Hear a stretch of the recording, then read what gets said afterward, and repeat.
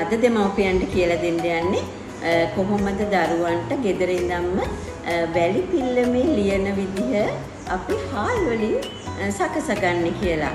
මොකද ගොඩක් දෙමව්පියෝ මේ වැලි පිල්ලම දෙන්න කැමතිත් නැහැ. වැලි අනන්න දෙන්න ආසත් නැහැ ගෙදර මිදුලේ වැලි ටික. ඒ නිසා අපි වැලි පිල්ලමක් හදාගන්නත් පුළුවන්. නමුත් කොහොමද ඒ වගේ ක්‍රියාකාරකම අපි හාල් වලින් කරන්න කියලා. මොකද සෑම ගෙදරකම හාල් තියෙනවා. ඉතින් කැකුළු හාල් ටිකක් ගන්න මේ වගේ කැකුළු හාල් ටිකක් ගන්න පුළුවන්. කැකුළු හාල් ටිකක් අරන් වෙළඳ පොලේ තියෙනවා ආහාර වලට දාන පාට වර්ග, කලරින් වර්ග. ඉතින් ඕගොල්ලන්ට ඒවා ටිකක් දාලා බෑග් එකකට දාලා කලවම් කරලා මේක වේලෙන්න තියන්න පුළුවන්. ඉතින් පාට වර්ග ගන්න බැරිම කෙනෙක් ඉන්නවා නම් ඕගොල්ලන්ට පුළුවන් ගෙවත්තෙන් නිල් කටරොඩු මල් ටිකක් තලාගෙන ඒවල ඉස්ම ටිකක් අරන් හාල් වලට දාලා කලවම් කරලා වේලෙන්න තියලා ලස්සන දම් පාටක් ලස්සන නිල් පාටක් ඕගොල්ලන්ට හදාගන්න. ඉතින් හාල් කොළ පාටින් ඕගොල්ලන්ට කැමති නම් මුරුංග කොළ ටිකක් තලලා නැත්නම් කටරොඩු කොළ ටිකක් තලලා ඒක ඉස්ම අරන් ඕගොල්ලන්ට පුළුවන් කොළ පාටට හදාගන්න. එහෙම නැත්නම් කහ ටිකක් උගුවට දිය කරලා හාල් දාලා ඔයගොල්ලන්ට පුළුවන් කහ පාට මේ හාල් පාට වර්ගයක් ලබා ගන්න. මොකද දරුවෝ කැමති පාට හාල් තියනවට.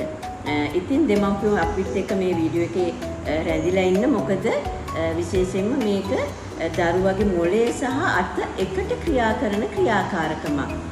ඇස් අත් මොළය සහ එකට ක්‍රියා කරන ක්‍රියාකාරකමක් තමයි ඕගොල්ලන්ට කියලා දෙන්න යන්නේ. ඉතින් මම ගත්තා රෝස පාට කලරින් එකක්. ඉතින් හාල් ටික මම මේ ඒකේ දාලා shopping එක දාලා ඒක කලවම් කරලා මේ වේරෙන්න තියාගත්ත හාල් ටික. ඉතින් මේක බාස්කට් එක හරි මේ වගේ බෝතලයක හරි දාලා තියෙන්න පුළුවන්. ඕගොල්ලෝ දරුවගේ උසකින් ගෙදර කොහේ හරි තියලා තියන්න. ගොඩාක් උසකින් තියන්න එපා. දරුවට ගන්න පුළුවන් තැනකින්. ඉතින් මේ වගේ ට්‍රේ එකක් අපිට ඕනේ කරනවා. ඒ ට්‍රේ එකට දරුවට මේ ක්‍රියාකාරකම දෙන්න හරි කරන්න හරි ඕනේ වෙලාවක ඔයාලට පුළුවන් මේ හාල් ටික මේ වගේ බන්දේසියකට දාගන්න. ඉතින් ඕගොල්ලොන්ගේ මැද ගිල්ල, දඹර ගිල්ල යොදාගෙන අපිට පුළුවන් මේකේ හැඩතල දරුවට හැඩතල නිර්මාණය කරන්න. ඒ වගේම අකුරු අඳින්න ඒගොල්ලොන්ට පුළුවන්.